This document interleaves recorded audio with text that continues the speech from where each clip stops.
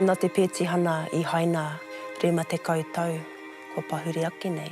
Koina tētahi o nā mea tino kaha ki te puawa I nā mea katoa e pā ana ki te reo. Ara, ko te kohanga tētahi o e nā mea. He kaupapa nui tērā, I nā hoki whāte kautau te kaupapa nei, he hitōria, I nā te nui te tike. He wā I nōhia e ngā tino maunga o te ao Māori. E wātea ana te kaupapa o te kohanga reo ki te hunga hia kai, ki te reo me ona tikanga. Pākehā mai, Māori mai, haina mana mai, tatu atu ki o tātou whanaunga no te ao Poronihia. Te reo o Nāianei, o ka harua te tipo o te reo. A whakarongo tunu koe ki nā tamaragi o Nāianei, e whai mo te whakahua nāku. They have it. Ka ia rātou tērā. Ko ki te au I Nāianei, te puputanga o ngā kura kaupapa, e rā momo āhuatanga, no te mea I tipu mai e rā tamariki te nui ngō rātou I timata mai I roto te kohanga reo.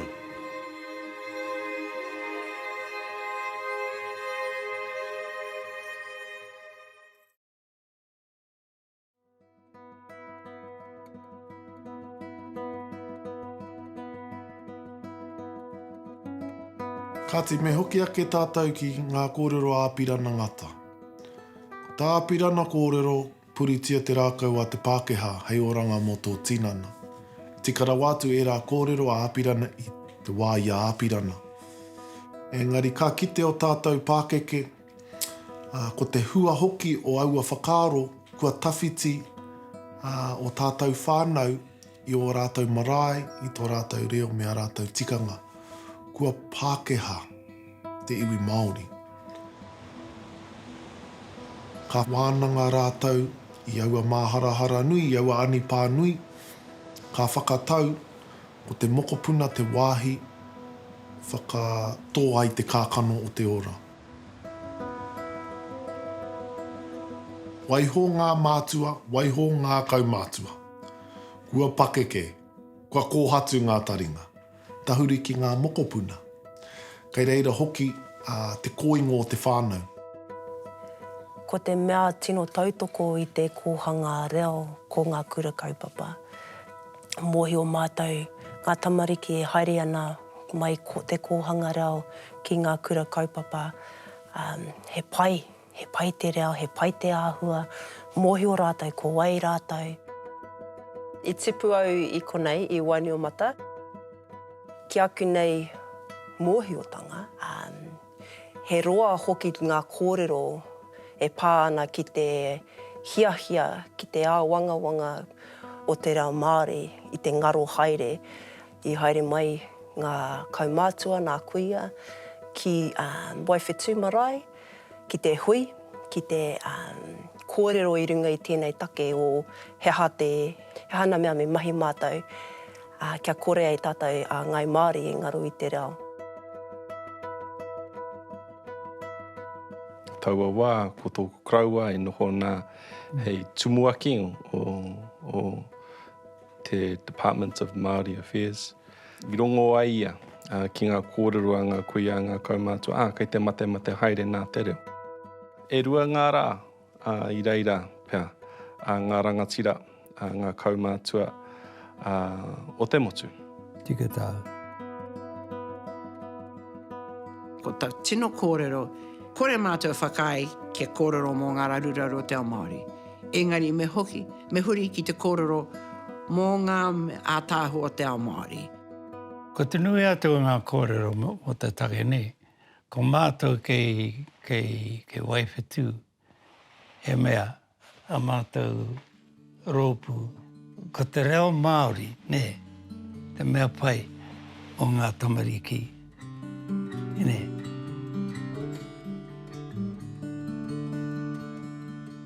Ka mōhio tonu tātou, ko te huira I te tau wari tekau, e rua ngā tau mai kora, mai te hui, ki te tīmatatanga o te kōhanga rea, e rua ngā tau hei whiriwhiri hia I nā rauimi, nā whakaaro, hei kōrero atu ki te kāwanatanga mo tēnei kaupapa.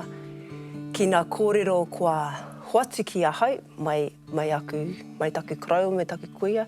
Nā tētahi karaua ko henare tūwhāngai nāna i kōrero mo te ingoa o kōhanga reo. Nō reira mai ko nā, i whakai te ope pia, ngā te tira i roto i te marae, ki tēnei kaupapa o te kōhanga reo i koe rātau, ara, ka haere rātau, ka tīmata i te kaupapa.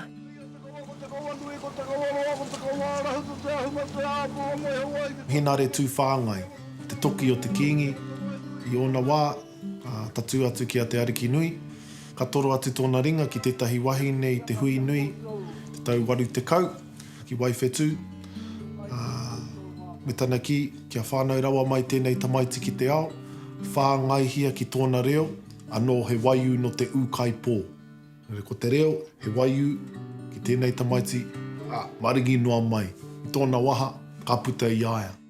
Ka tū te kōhanga reo tuatahi ki Puke Atua, raru i te marumaru o Jean Puketapu, te kai ako tuatahi, i te tau waru te kau mā rua.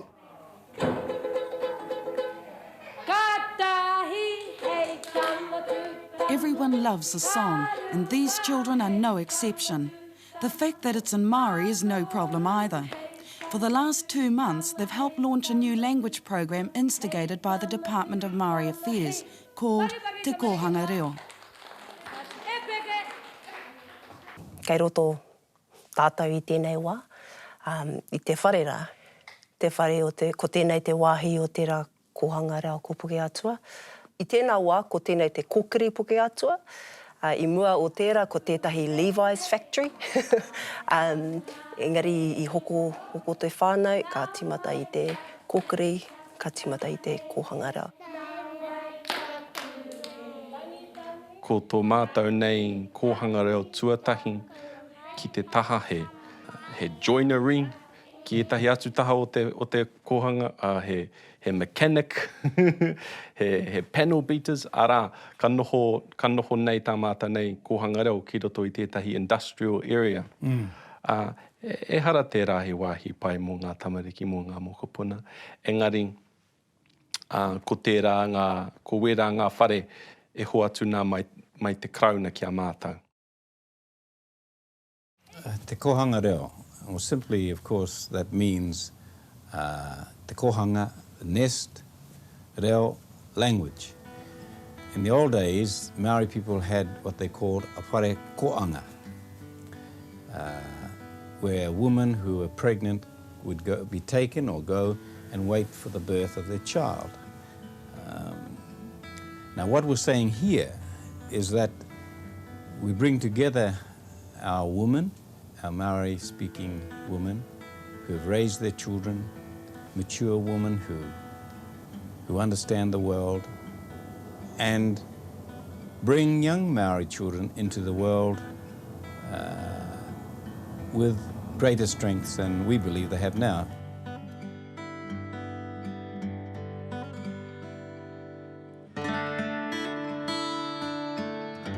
Ko ngā wahine, ngā kai whakahaere, koe nā te ki o tōku koraua i ngā wā katoa, māna i kōrero engari ko ngā wahine, ko ngā kuia i muri, mā rātou mahi a te mahi. Tautoko.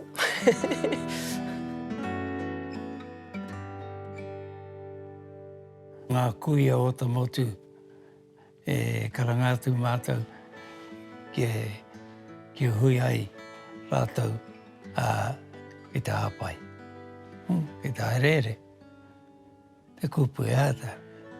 Mai rānau ki tēnei rā, te nui atu ngā tamariki ki te kōrero, Māori. Engari, ko te kupu i a mātou nei, ki a mātou, ki a rātou, Māori, ki a mautonu. Ki a mautonu mō te mokopu nei i roto i tō pū, nei.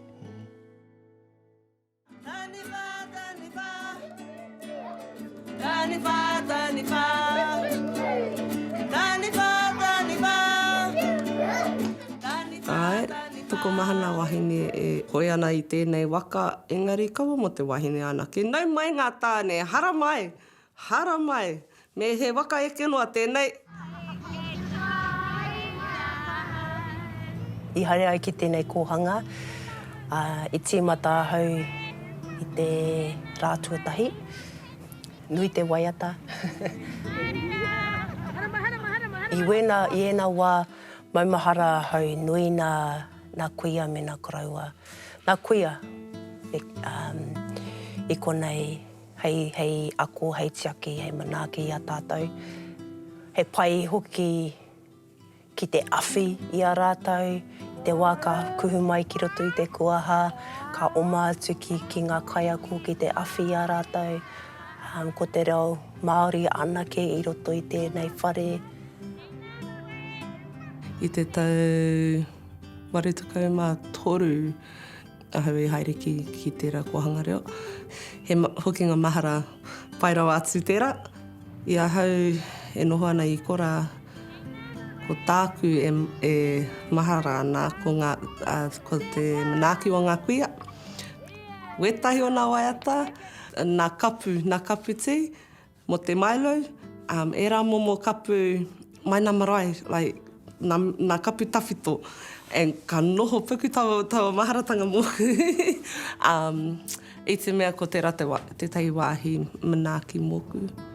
Kare au i mohio, kare i whiwhi aku mātua i te reo.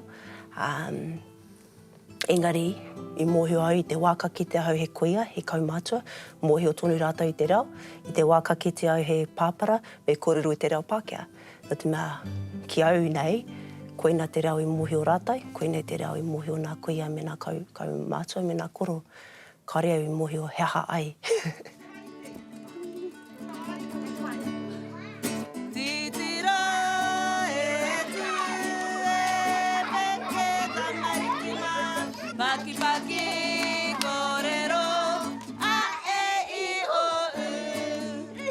Ko e te kaioko matua o tēnei kohanga reo. Ko noho au i tēnā tūranga mo te rimatau. Ai, pai tēnā. He ua te mahi. Engari, e hariko ana tēnākau. Te noho tahi me te taha o nā tamariki mokupuna me nā kaioko.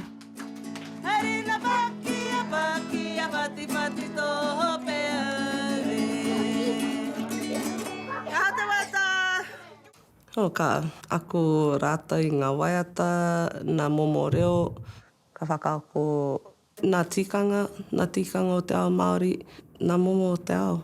E rua! E rua tēnei nama! Kia tēnei nama roreka? Rua. Hello? Tahi rua. Ka pai! Iaha tēnā nama. Tahi rua toru wha rima. Ki etahi ka whakarite mātou i ngā tamariki mokopuna, ka whakarite mo te kura. Ki tāku nei, ka whakarite tātou i a rātou mo te ao. O poko pakahiwi, poko hope wai wai. O poko pakahiwi, poko hope wai wai. Mihi atu ki nā pakehe nā rātou i tīmata te poipoi te reo. Mihi atu ki a rātou nā kōhanga reo, mai rāno te tīmata tonu. Nā te mea hoki, ane, i titiro nei tātou e whakarongo nei tātou ki te kōrero. Ko ora tērā, ko piki. O kai te hia kai ke pēr koutou. He aha tāhau. Ara, te reo o nāe nei, ko kaharua te tipo o te reo. Me ki nā mea i kahana te whai, ke whakatahoto te reo, i ara, i roto i nā kōhanga, nā kura, nā kāreti. Ana, ko pai haere, ko piki haere te kaha o te reo. Whakarongo tonu koe ki nā tamaraki o nāia nei. Hakoa he Māori, he Pākehā weta, he kaha na te whai te reo, he whai mo te whakahua nāku. They have it. Ka ia rātou tērā.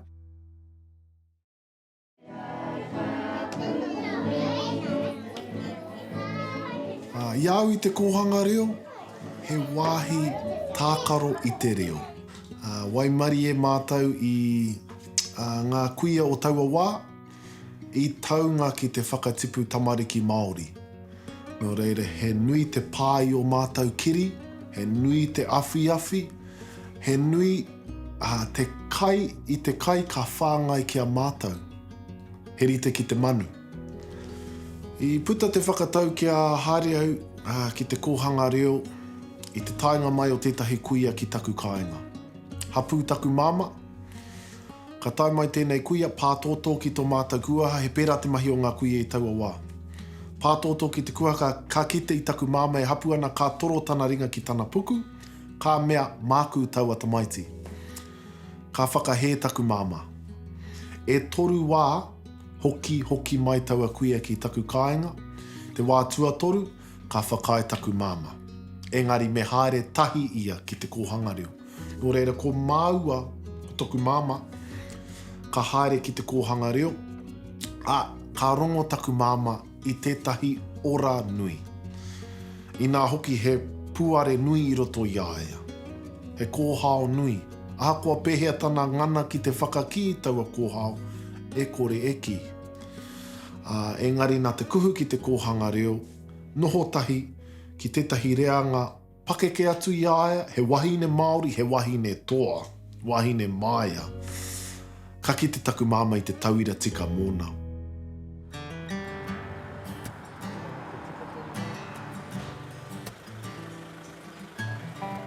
Ka pai tama, hara mai. Tina tō pēke. Ai, piroto. Ka pita tawa. Toringa. Mei kore ake I te kōhanga reo, kua kōrera wātu nei au e noho ki aku pai kōrero, kua kōrera wātu nei au e kōrero Māori, kua noho au hei mōkai mā te iwi Pākehā, kua noho ahau hei tangata whakarārangi ki ngā whare whiwhi pūtea penihana. Tēnā whare, kia rata kāia. Ko te reo Māori taku reo praoa. Ko te reo Māori taku korowai. Kuia taku taurahere ki oku tīpuna. Mei kore ake te reo Māori, kua pōhehe au ko kāpene kuki he tino rangatira. Kei te tō mako e? Kua ngaro ni, kua ngaro taku matau e ni. Ngaro. Ai, pāhau ki rani. Mako e? Ko taku ingoa ko taina ngāri mu. No whareponga auki. Papa Keina? Mako e ki rata toki Papa Ihi. Nē, pai kia koe tērā? Me ki pēne ko au te kau mātua. Kare o tino rata ki tērā kupu te kau mātua. No te mea ko te kau mātua, ko whati te tuara pēr. Engari, pai kia o he karaua tautoko I a tātou moko puna.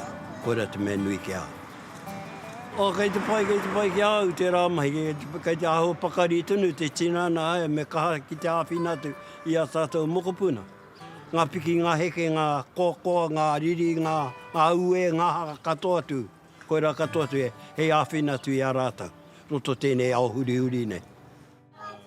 Hei te harama, a koe e, ki takamara, ki te kimi kai e, he natau. He nui aku mahi, ko paua hau hei hea mana takirua o te kōhanga reo a motu. He kaupapa nui tērā. I nā hoki whātekau tau te kaupapa nei, he hitōria. I nā te nui te tike. He wā I nōhia e ngā tino maunga o te ao Māori. Tā Timoti Karetu. Iri tana tā whiwhirangi, e nei taniwha o te ao Māori. Kuau, ka noho ki o rātau reke, ako ai, whakarongo ai. Engari, ko tāku, e ahu I e rā whakaaro ki te ao o Nāia nei.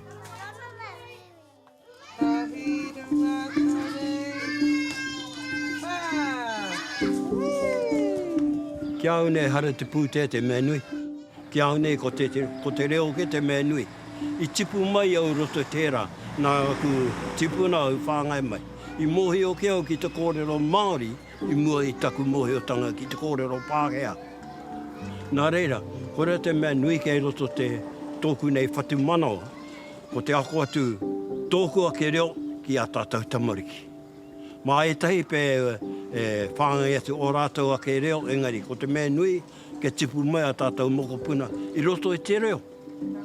Kua kite i a tātou tamariki, a tātou rangatahi, e a tāhua na tā rātou haere i roto i te ao nui. Nā tea, nā tō rātou kai ngākau ki tō tātou reo. Ko ki te o te rā ahuatanga o miharo atua. Kei te huri te ao. Nō te mea he huri te ao. Te kautaupea muri mai i tēnei, he rereke ngā mahi a tātou tamariki. Engari, mahia e rā mahi kia eke tonu ai rātou ki ngā taumata o rātou ao. Kia au nei, he whāngai atu ki tō tātou reo, e whakatika atu e tahi o rātou ki te kaue i ngā kaupapa. Ne koe te mea nui ki a hau. Aha kua pēhea tonu, he rereke pia e rima tau muri mai tēnei, ka reo e hara au te poropiti. Ka re tā e iau te whakaroaka, me pēnei koutou, me pērā koutou. Engari, kei te hara mai te wā, kia tūtonu ai a tātou tamariki. Pirangi koe tērā, ne? Ko tōku nei koe ia kiau nei nā, koe ia te tuara o tōku nei kraua. Ka mahi, ka patua e tōku kraua i ngā tangata ki roto i ngā whare kāwanatanga ki roto i te kraunara. Ara ko tōku nei kuia e mōhio ai i ngā tangata i roto i te ao Māori. O roto o Tūhoe, o roto i Ngāti Porou me te rātaha. Nā reira, ka mahi ngātahi ai rāua mo te kaupapa nei. Kei aia e tipu aia ki roto i te reo Māori, ana i haere e ki ngā native schools, a taua wā. Mena ka kōrero Māori ka patua te kai ako ia, ka hokia ki te kāinga, ka kōrero Pākehā, ka patua tōna māma ia, nā te mea ki hai nā ia te mōio i tōna kōrero. Nā reira, ko ia e tahi o ngā tino pau o te kaupapa.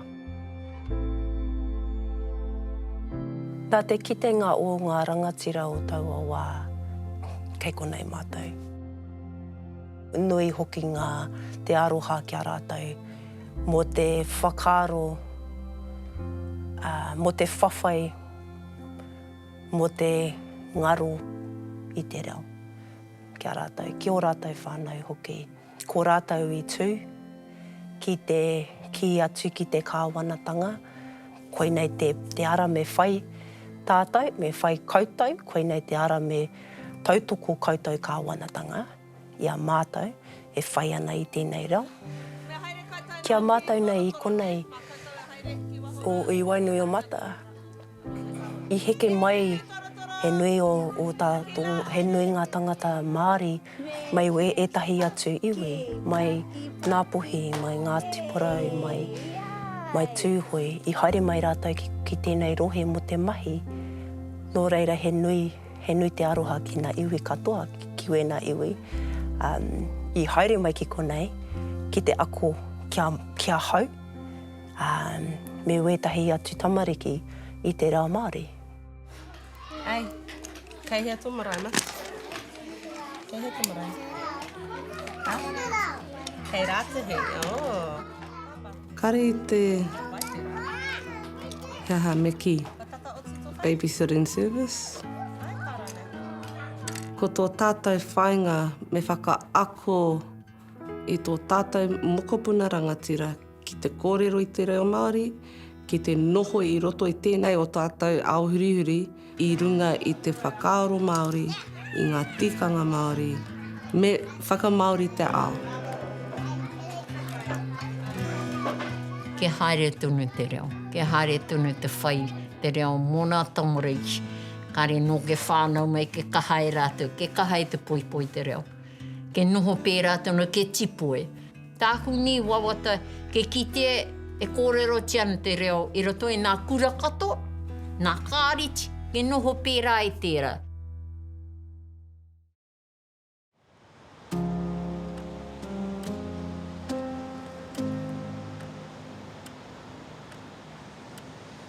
Ka whakaro ake au ki te reanga o ku mātua. I pirangi, i te reo i pakanga mo te reo, i kōingo mo ngā tikanga mo te ahurea Māori.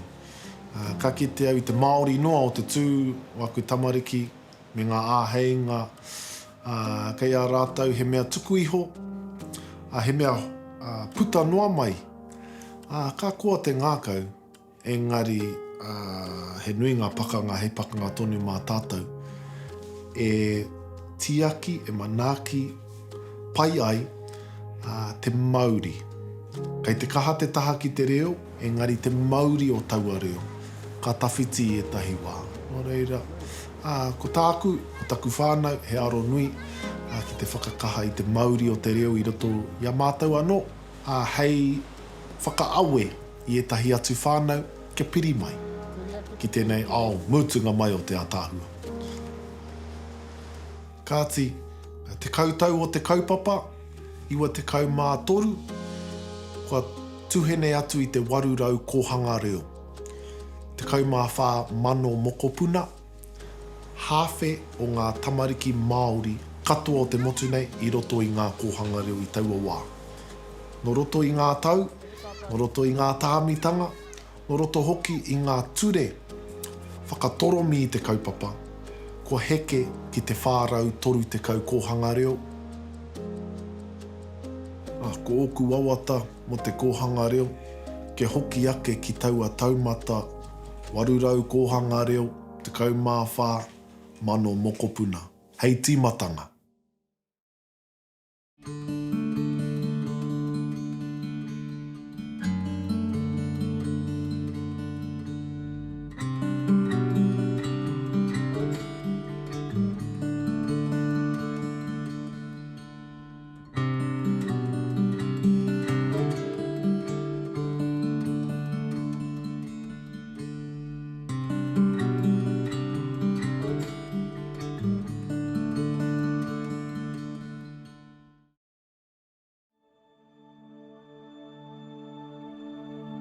I hua ake ai te kremea te koanga reo i runga i tā te karauna takatakahi i te mano o te kaupapa.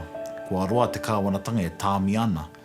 Nō reira, kei te mōhio mātou i tā te tāhuhu tāmi mai i te kaupapa o te koanga reo. Koe era i haringi ai te rā kreme ki te tarai pūnara. Ko tētahi o ngā uero nui o te kaupapa, ko tōna mana motu hake. Ki te pātai, tia te pātai, kei āwai te mana o te kohanga reo. Kei āwai te mana o te reo. E ai ki ngā tatauranga, tata hāwhe o ngā kai kōrero Māori i tēnei wā, kōrero nei, i ahu mai te kohanga reo. Nō reira, kua rima te kautau mai te pitihana, kua whā te kautau mai te whakatūnga mai o te koanga reo, kua toru te kaumārima tau mai te whakamanatanga o te reo Māori ki roto i te ture. Kei hea tātou i nei, ki au e huri haere ana te tai.